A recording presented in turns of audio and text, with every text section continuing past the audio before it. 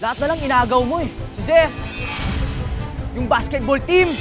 Ang tigas ng mukha mong mang-angkin. Eh lahat naman ng sinabi mo hindi sa'yo.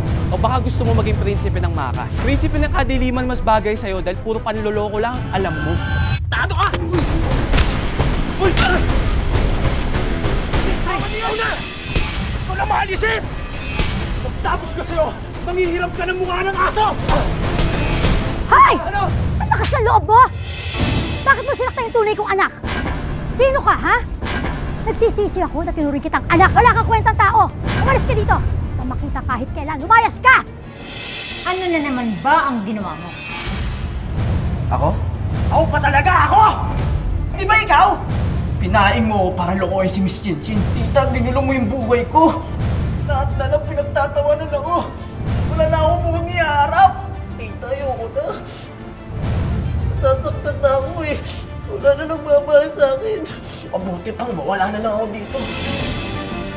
Tapos kasi lahat na nangyari, mga kasama ang ginawa niya sa atin, parang hirap talaga tanggapin. Nasaan ang anak ko? Nawawala si Anton! Ikaw lang naman ang galit na galit ka, Anton eh! Ilabas mo siya! Ilabas mo! Wala po akong alam sa sinasabi niyo! Sinungaling ka! Huwag mong idamay dito yung anak ko. At anong gusto mong patunayan? Na ulirang ina ka.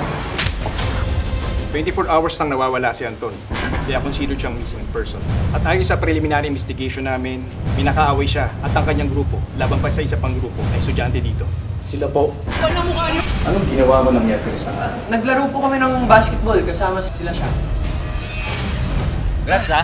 Sir, nilapitan namin si Sean para i-congratulate siya sa pagbabalik niya as team captain. Parang nauwi sa suntungan at pumbugan ng pangyayari. Bigla akong dumating nun sina Anton. Galit na galit si Anton. Pinagbibintangan niya si Sean na siya yung sumira sa buhay niya. Wala akong kinalaman sa pagkawala ni Anton. Ano nangyayari? Si Anton kasi nawawala. At si Sean yung pinaghihinalaan ng mga pulis. Talaga akong bahala sa'yo, ha? Tatawag ako ng lawyer. Alam ko wala kang kinalaman sa pagkawala ni Anton.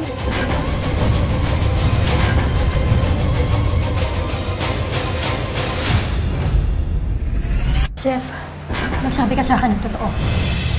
Anong alam mo? Nasaan si Anton? Hindi ako naniniwala sa'yo.